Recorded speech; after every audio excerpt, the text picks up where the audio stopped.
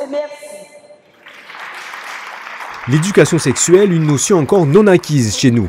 Une société où pourtant le sexe n'a jamais été aussi présent. Un paradoxe sur lequel le CECAS de la ville de Morne-à-l'Eau a choisi de réfléchir, une volonté renforcée par l'expérience du terrain.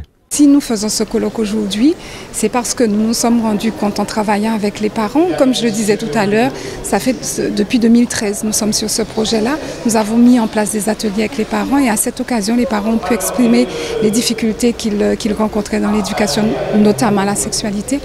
Et nous nous sommes rendus compte que les parents souffraient parce qu'ils étaient complètement dépassés. Ils n'avaient pas les mots pour expliquer à leurs enfants c'était quoi la sexualité parce qu'eux-mêmes, on ne leur a pas expliqué. Il y a eu comme un vide sur cette question-là. Un vide qu'il faut absolument combler afin de remettre les pendules à l'heure. L'éducation sexuelle, ce n'est pas l'apprentissage du Kama Sutra, bien au contraire. L'objet de ce colloque était plutôt de briser les fausses idées, dire par exemple que la pornographie n'était pas un vecteur d'éducation sexuelle. Il y a une espèce de banalisation de la chose, une espèce de mise à nu de son corps. On dénude, on l'utilise, on le décrit avec des mots triviaux. Enfin bon, voilà, une jeunesse qui, entre guillemets, parce que je pense qu'il faut parler aussi avec beaucoup de prudence, parce que quelquefois les jeunes, ils peuvent vous donner à voir quelque chose, mais à l'intérieur, c'est pas la même chose. Donc il y a vraiment des équilibres à trouver, mais quand même le discours était effarant. Des jeunes au centre du débat, croyant souvent être mieux informés que leurs parents, et disant aussi n'avoir aucun problème à parler de sexualité. Notre génération est un peu plus libérée que l'ancienne, mais oui, moi je trouve que oui. Discuter de sexe entre les interclasses, ok.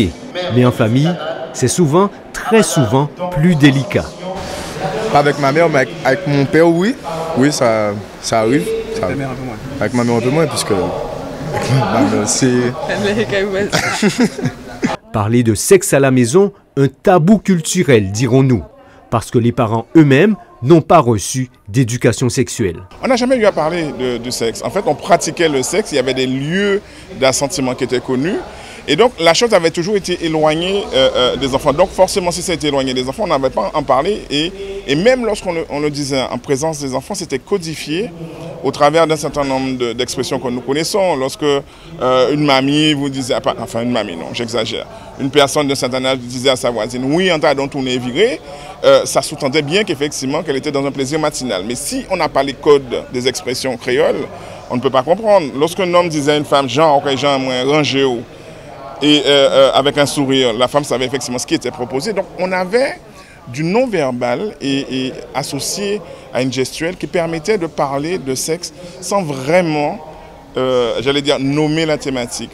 Les différents intervenants ont démontré qu'il était nécessaire d'évoluer afin de tourner le dos à des croyances rétrogrades. Aujourd'hui encore, les parents sont paniqués lorsque les filles ont leurs règles parce qu'en fait, ils ne savent toujours pas comment dire et comment présenter la chose. Alors qu'en fait, l'évolution du corps sous-tend qu'à chaque âge, on ait un discours adapté. Alors avant, on le faisait sous la forme de l'interdit. Dès lors qu'une jeune fille avait ses règles, on lui expliquait qu'il ne fallait pas qu'elle tienne la main d'un garçon, elle serait tombée enceinte. Il ne fallait pas qu'elle se fasse embrasser par un garçon, elle serait tombée enceinte. Il ne fallait pas qu'elle s'asseye sur un serge où un garçon venait de s'asseoir, parce qu'effectivement, il risquait de tomber. Donc on diabolisait le corps. Mais en fait, aujourd'hui, ce qu'il faut vraiment intégrer, c'est que nos jeunes n'ont plus ce corps reproducteur. Lorsque les jeunes utilisent leur corps, c'est pour prendre du plaisir. Et c'est cette notion qui nous dérange, parce qu'effectivement, nous y mettons un âge. Or, en finale de compte, la nature a horreur du vide.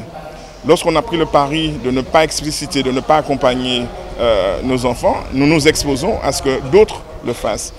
Autrement dit, on ne peut plus faire l'impasse sur l'éducation sexuelle. Le sexe, en fait, ne pose aucun problème aux jeunes. Il faut surtout que les adultes s'adaptent en trouvant les réponses aux questions de leur progéniture avec les outils d'aujourd'hui.